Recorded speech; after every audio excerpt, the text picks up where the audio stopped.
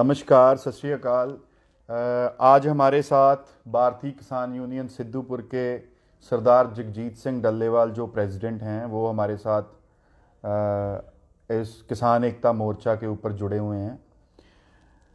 इनसे आज हम बात करेंगे। सबसे पहले तो जो 26 जनवरी गणतंत्र दिवस के ऊपर जो बाकायदा चीफ गेस्ट के तौर पर यूके के प्राइम मिनिस्टर बोरिस जॉनसन यहाँ पर आ रहे थे और आज उनकी ऑफिशियल स्टेटमेंट आ चुकी है कि वो भारत का जो गणतंत्र दिवस के आने का इनविटेशन था और जो उन्होंने यहाँ पे आना था वो नहीं आ रहे।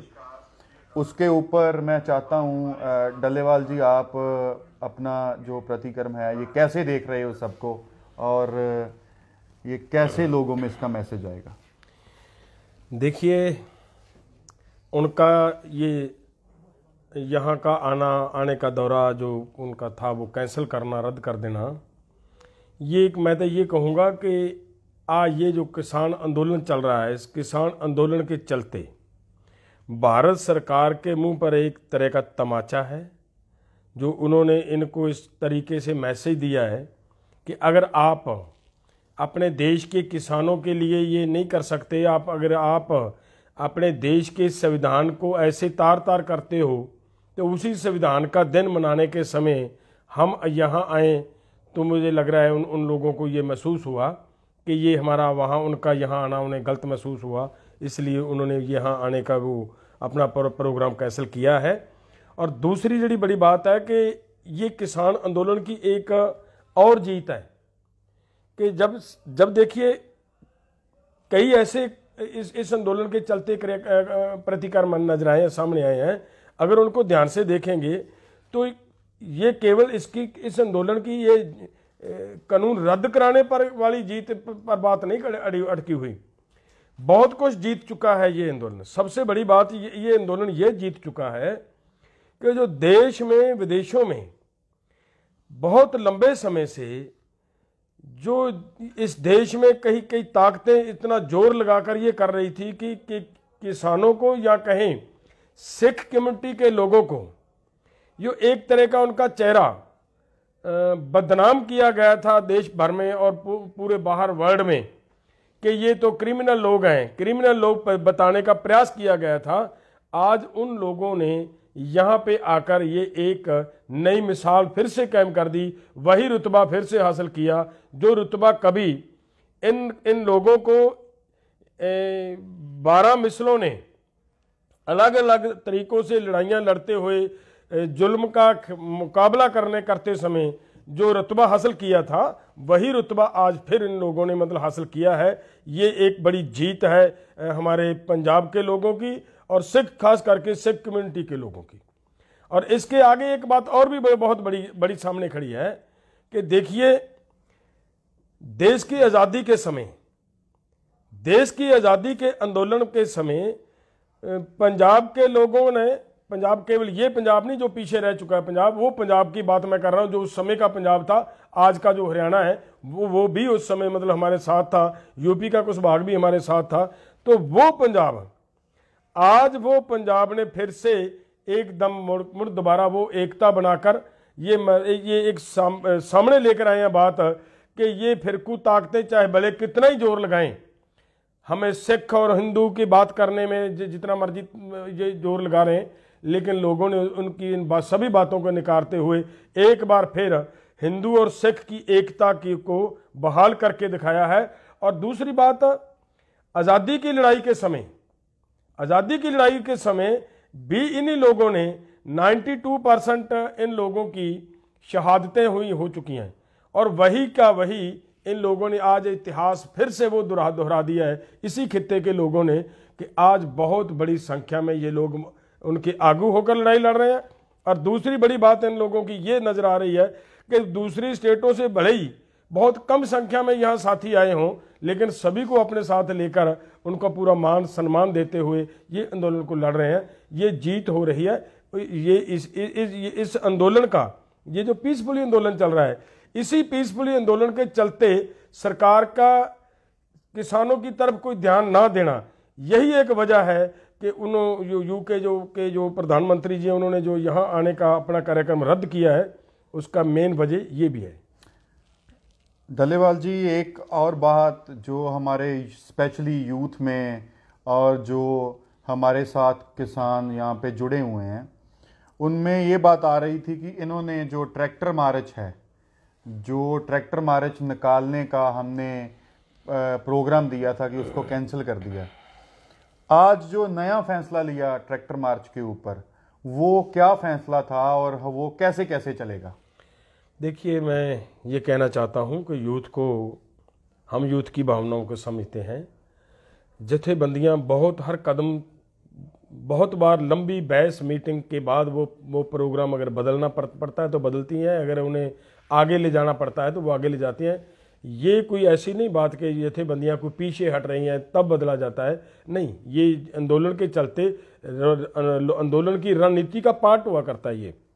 और जो आज जथेबंदियों ने वहाँ पर बैठकर फैसला लिया है कि 7 तारीख को ये मार्च निकलेगा, और ये मैं एक क्लियर कर दूं कि जितने भी ट्रैक्टर यहाँ खड़े हैं, जिस भी मोर्चे पर खड़े हैं, कृपया सभी किसान भाइयों को हमारी निवेदन है, रिक्वेस्ट है कि यहाँ से कोई ट्रैक्टर मत निकालें, बाहर से ट्रैक्टर नए आए, वो ट्रैक्टर मार्च करें। अगर हम यहीं से निकाल कर ट्रैक्टर मार्च करेंगे ना, ये 2 तरह के मतलब गलत इंप्रेशन जाएंगे। एक तो ये होगा कि यहाँ पर जो आपके जो ट्रैक्टर खड़े हैं, ये सब आपके एक बार घर बन चुके हैं, उन घरों को एक बार उखाड़ना पड़ेगा, फिर से वहाँ आकर दोबारा मतलब उनको वो जगह सेट नहीं हो पाएगी। एक तो ये प्रॉब्लम है। दूसरी बात, सरकार पर ऐसा मैसेज आएगा कि अब शायद पीछे से लोगों का आना रुक गया है, इसलिए ये इन लोगों को वही ट्रैक्टर निकाल कर ले जाने पड़ रहे हैं। इसलिए ये दोनों बातों को ध्यान में रखते हुए यहाँ के ट्रैक्टर यहीं रहने चाहिए और बाहर से और नए ट्रैक्टर आने चाहिए। एक तो इस बात को ध्यान में रखना है। दूसरी बात, टिकरी बॉर्डर से जो ट्रैक्टर निकलेंगे 11 बजे, वो सिंगू बॉर्डर की ओर चलेंगे, और सिंगू बॉर्डर को जो ट्रैक्टर इस बॉर्डर से निकलेंगे वो टिकरी की ओर जाएंगे 11 बजे। दोनों का टाइम एक सेम होगा। रास्ते में जहाँ पर भी ये इकट्ठे होंगे वहाँ पर इनकी मिलनी होगी, वहाँ पर एक दो नेता वो अपनी बात रखेंगे। उसके बाद वहीं से सभी का अपने अपने ठिकानों पर मतलब चले जाएंगे। ये हमारा प्रोग्राम है। ऐसे ही हमारा गाजीपुर वाले पर भी रखा है, उन्होंने गाजीपुर से चलते हुए पलवल जाना है, और हो सकता मुझे पलवल वाले भी इधर को गाजीपुर की ओर आए। ये ऐसे ही एक मतलब कार्यक्रम चलेगा जिसको हमने लोगों ने एक तरह का, मैं फिर रिक्वेस्ट करता हूं कि एक ये केवल ट्रैक्टर मार्च नहीं रहा, ये एक हमारी परेड की रिहर्सल है। ऐसा लगे बहुत बढ़िया तरीके से होना चाहिए। पूरी देश की मीडिया आपके ऊपर ध्यान में रखती होगी, और पूरा उसको हम डिसिप्लिन तरीके से, बड़े बढ़िया तरीके से ऐसे पता चले कि ये ठीक है। एक स्पीड पर जाएं सभी ट्रैक्टर, एक लाइन पे जाएं सभी ट्रैक्टर, ऐसे लगे कि सच में कोई परेड कर रहे हैं। एक दूसरे को कटकर आगे से जाना, पीछे से निकल कर इधर से निकल कर उधर जाना, वो नहीं करना। सभी ने एक डिसिप्लिन तरीके से जाना है, बहुत बढ़िया तरीके से जाना है। और अपने अपने संगठनों के जो भी किसी के पास हैं, जिसके साथ भी कोई जुड़ा हुआ है, वो अपना झंडा लेकर अपने ट्रैक्टर पर बांधता हुआ वो इस मार्च में भाग लेगा। और ये एक तरह का रिहर्सल है हमारी 26 जनवरी का जो हमारा प्रोग्राम है उसकी रिहर्सल है। इसको पूरा ध्यान में रखते हुए शांतमय ढंग से ये करना है, ताकि किसी का कोई रास्ते में कोई एक्सीडेंट वगैरह, कोई दुर्घटना के साथ किसी का कोई नुकसान भी ना हो पाए, और हमारा वो सफलतापूर्वक ये सिरे भी चढ़ जाए। डल्लेवाल जी, इसके अलावा भी आज मीटिंग में जो यूनियंस की मीटिंग हुई है, जो संयुक्त किसान मोर्चे की मीटिंग हुई है, उसमें और भी बहुत सारे फैसले लिए गए हैं कि इस ट्रैक्टर मार्च के बाद, 8 की मीटिंग के बाद जो हम आगे करने जा रहे हैं, कौन कौन से जो प्रोग्राम है और उनको कैसे कैसे मनाया जाएगा। सबसे पहली बात तो मैं ये कहना चाहता हूँ आपको कि प्रोग्राम दिए जा चुके हैं जो पहले से, कि सर छोटू राम का दिन मनाया जाएगा 9 जनवरी को, और 13 जनवरी को लोहड़ी का त्यौहार है जो आया, उस त्यौहार को किसान यहीं पर मनाएंगे, और यहीं पर वो उस त्यौहार के मनाते हुए एक तरह का प्रोटेस्ट करेंगे सरकार के खिलाफ कि वो उसी लोहड़ी पे ये कानून की कापियां साड़ी जाएंगी, ताकि इसका दिन मनाने के साथ साथ, त्यौहार मनाने के साथ साथ सरकार के पास एक मैसेज भी जाए कि किसानों ने वहाँ पर लोहड़ी को इस तरीके से मनाया कि साथ में सरकार का विरोध भी हुआ है। ये प्रोग्राम रखा हुआ है। आगे की एक बात और बहुत बड़ी लंबी है जो कार्यक्रम रखा गया है, वो 6 जनवरी से लेकर 20 जनवरी तक पूरे देश में जागरण का काम किया जाए, किसान जागरण मार्च किया जाएगा। वो अलग अलग जगहों पे रैलियां होंगी, बड़ी बड़ी रैलियां होंगी, धरने प्रदर्शन होंगे और उनमें जाकर कुछ स्टेटों में हमारे यहाँ के इस मोर्चे से किसान नेता, मुझे बाहर से जैसे उड़ीसा से इनविटेशन आई है, बाहर कर्नाटका वाले हमारे भाई साहबान जो वहाँ पे बैठे उन्होंने भी इनविटेशन दी है कि हमारे यहाँ आइए, यहाँ से हम सेलेक्ट करेंगे, कुछ आगुओं की जिम्मेदारियां लगाएंगे, वो वहाँ पे जाएं, वहाँ पे जाकर उन किसानों के साथ बातचीत करें, उनकी बैठकें हों ताकि वो भी आंदोलन वहाँ से भी और तेज किया जा सके। ये सारे का सारा कार्यक्रम रखा गया है, वो आगे थी आगे चलता रहेगा। डल्लेवाल जी, आपने एक और बात बोली कि जो हमारा ये ट्रैक्टर मार्च है और ये हमारी जो 26 जनवरी का ट्रैक्टर मार्च है उसकी रिहर्सल है। क्या हमने इस रिहर्सल को जो कर रहे हैं और जो 26 जनवरी को जो ट्रैक्टर मार्च निकालेंगे उसके लिए कुछ वॉलंटियर्स का डिसिप्लिन में रखने के लिए कुछ ऐसा कुछ करा है कि ताकि किसी को भी इसके साथ कोई दिक्कत ना हो? हाँ, देखिए, ये आज की बैठक में हम शामिल नहीं हो पाए। ये हमारा प्रोग्राम तय है कि सभी साथियों के साथ ये प्रपोजल रखते हुए, ये एजेंडा लगाते हुए, ये ज़रूरत है। ये एजेंडा केवल एजेंडा नहीं है, ये एक बहुत बड़ी ज़रूरत है क्योंकि 26 जनवरी को हमने बहुत भारी संख्या में किसानों को लेकर वहाँ जाना है। तो उस समय हमारे पास वॉलंटियर्स की का होना बहुत ज़रूरी है। इसके लिए हमारा प्रयास है कि कल को ही ये एजेंडा पास होगा और कल से ही हम एक रजिस्ट्रेशन शुरू करेंगे कि कम से कम 5 से 6-7 हज़ार तक हमारे वॉलंटियर हमारे पास हों। जो अगर हमारे पास वॉलंटियरों की संख्या और भी बढ़ाने की ज़रूरत पड़ेगी तो और भी बढ़ाएंगे ताकि किसी भी जगह पे किसी तरह का कोई भी अप्रिय घटना ना घट सके। कोई हमारे आंदोलन में कोई शरारती आंसर, कोई शरारती तत्व आकर इस आंदोलन को डिस्टर्ब ना कर पाए, इसको ध्यान में रखते हुए हमने ये प्रोग्राम बनाया है कि हमारे खुद के वॉलंटियर हमारे साथ जाएंगे और बड़ा शांतमय पूर्वक ढंग से ये हमारा पूरा का पूरा मतलब ये 26 जनवरी का जो प्रोग्राम है उसे सफलता पूर्वक सफल करेंगे हम। हमारा ये प्रोग्राम है।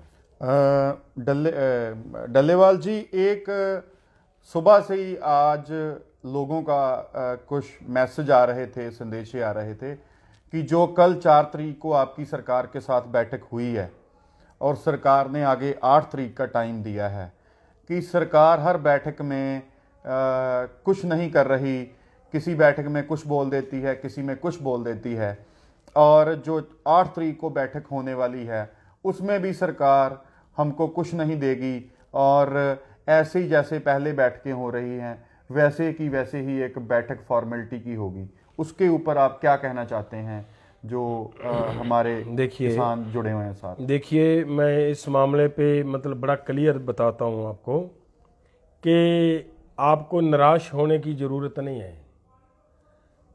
जिस तरीके से ये आंदोलन चल रहा है, यहाँ पे मैं आज एक वीडियो देख रहा था, एक ब्रिगेडियर यहाँ पे हमारे इस आंदोलन में आज भाग लेने के लिए आया भाई साहब। उन्होंने ये एक बात बोली है कि वो ब्रिगेडियर वो है जिसने अजमल कसाब को इंटेरोगेट किया और उससे वो सब कुछ मतलब निकलवाया जो पाकिस्तान से यहाँ करने के लिए आया था। उसने जो बात सबसे बड़ी कही है वो देखने वाली बात, उसने कहा कि ऐसा आंदोलन और इतना लंबा आंदोलन और इतना शांतिपूर्वक आंदोलन आज तक मैंने देखा नहीं। हमारी भी आंखें खुल गई हैं कि ये ऐसा भी आंदोलन होता है। तो ये केवल एक ब्रिगेडियर की आंखें नहीं खुली, ये पूरे वर्ल्ड की आंखें खुल चुकी हैं। और इस आंदोलन का जिस तरीके से हम आंदोलन लड़ रहे हैं, अगर इसी तरीके से हम आंदोलन लड़ते जाएंगे, मैं वायदे से बात करता हूं, आपसे वायदा करता हूं कि दोस्तों हर हाल में जीतेंगे, जीत हमारे कदम चूमेंगी, हर हाल में जीतेंगे। लेकिन ये बहुत ज़रूरी है कि इस चीज़ को ध्यान में लाएं कि हम जो इस अब तक हुआ है, क्या हो चुका है, उसको ध्यान में लेके देखेंगे, तब आपको पता चलेगा कि आपके आंदोलन का कितना प्रेशर है, कितना दबाव है। पंजाब में बड़ी संख्या में बीजेपी के नेता बीजेपी को छोड़कर पीछे हट गए। ऐसे ही अपना हरियाणा का नेता छोड़ गया। आपको पता है कि बीजेपी के नेता ने एक ने इनका साथ छोड़ दिया। ऐसे ही आपको मैं ये और भी बता दूं कि आप ध्यान से देखें तो आपको पता चलेगा मध्य प्रदेश में भी ऐसी घटनाएं घट रही हैं। और दूसरी बड़ी बात कि पिछले दिनों केरल सरकार ने एक एजेंडा लेकर आई है इन कानूनों के खिलाफ। वहीं पर बीजेपी का एक एमएलए बैठा है, इसका विरोध नहीं किया, इसके पक्ष में वोट डाली है उसने भी। ये आपकी जीत है भाइयों, शांतमय आंदोलन की जीत है। सरकार इस आंदोलन को बदनाम करने पे तुली हुई है, कृपया इसे बदनाम मत होने दीजिए। सभी अपनी अपनी ट्रैक्टर ट्रॉलियों के ऊपर ध्यान दें, किसी तरह का किसी शरारती आंसर का उस पर असर न पड़ने दें। किसी तरह का कोई गलत आदमी अगर आपके पास आता है तो उसे ध्यान में रखें। हर इतनी बड़ी संख्या में जब आप आ चुके हो यहाँ पे, हर आदमी को ध्यान रखना पड़ेगा कि मेरे साथ का जो आदमी है क्या मैं इसे जानता हूं, ये अच्छा है या बुरा है, उसका ध्यान करना पड़ेगा। अगर ऐसे चलोगे तो जीत अवश्य होगी दोस्तों। शांतमय आंदोलन चल रहा है, बहुत बड़ा प्रभाव पड़ रहा है सरकार के ऊपर। आज आपको पता चला होगा कल की जो आपने बैठक की बात की है, उस बैठक में से निकल कर आई जो आपने बात कही कि क्या सरकार ऐसे ही बैठकें करती रहेगी, क्या किसानों को कुछ मिलेगा नहीं। इस बात को ध्यान से देखें। आज टीवी पे खबर चली है कि बीजेपी और आरएसएस और इनके वरिष्ठ नेताओं ने, बीजेपी के प्रेसिडेंट उस बैठक में बैठे हैं, वो पूरा दिन इसी पे मतलब उनकी आपस में विचार चर्चा हुई है कि इस आंदोलन को कैसे समाप्त करवाया जाए, कैसे किसानों की समस्याओं का समाधान निकाला जाए। वो उस पर सभी का, आप सबका ये प्रेशर है। दूसरी बात एक और आपने शायद ध्यान से, आपके पास नहीं बात आई होगी, सर्वदलीय का जो इन्होंने पार्लियामेंट का इजलास बुलाना था, वो उससे भागी है सरकार।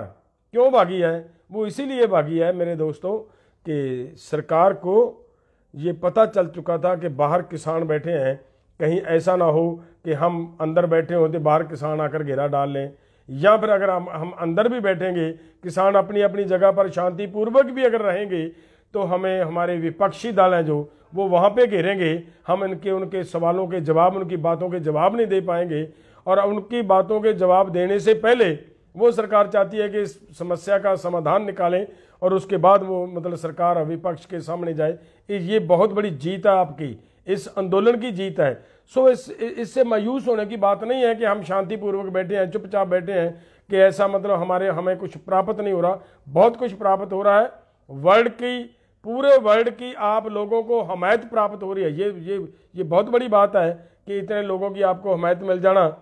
और इससे बड़ी बात और मैं कहूं कि यूएनओ ने भारत सरकार को, अगर आप शांतिपूर्वक रहे हो, आपने शांति रखी है लोगों ने, तब यूएनओ की ओर से एक लेटर आता है भारत सरकार को। वो लेटर में क्या है कि आपने शांतिपूर्वक आ रहे किसानों पर बुछाड़े क्यों मारी गई, लठियां क्यों बरसाई गई, किसानों को क्यों रोका गया, ये सब आपकी शांति का सिट्टा है भाइयों। और यूएनओ जैसी संस्था को अपने आप आपके पक्ष में बोलना पड़े, ये और बहुत बड़ी जीत आपकी। और जो बाकी रहती है जीत, वो भी होगी, हर हाल में होगी, और आपका जीतना पक्का है, तय है। लेकिन एक बात का ध्यान जरूर रखिए, शांति बनाकर रखें, शांति से जीतेंगे। इतनी मेरी बात है। बहुत बहुत शुक्रिया, धन्यवाद डल्लेवाल जी का, जो उन्होंने अपने विचार आप सभी के साथ साझे करें। और जैसे उन्होंने बोला कि हमारी जीत अवश्य होगी, थोड़ा सब्र रखने की ज़रूरत है और पीसफुल रहने की ज़रूरत है, ताजो ये जो सरकार है इसको इतना प्रेशर बढ़ जाए कि ये कानून रद्द करने ही पड़े। बहुत बहुत शुक्रिया, धन्यवाद, सत श्री अकाल।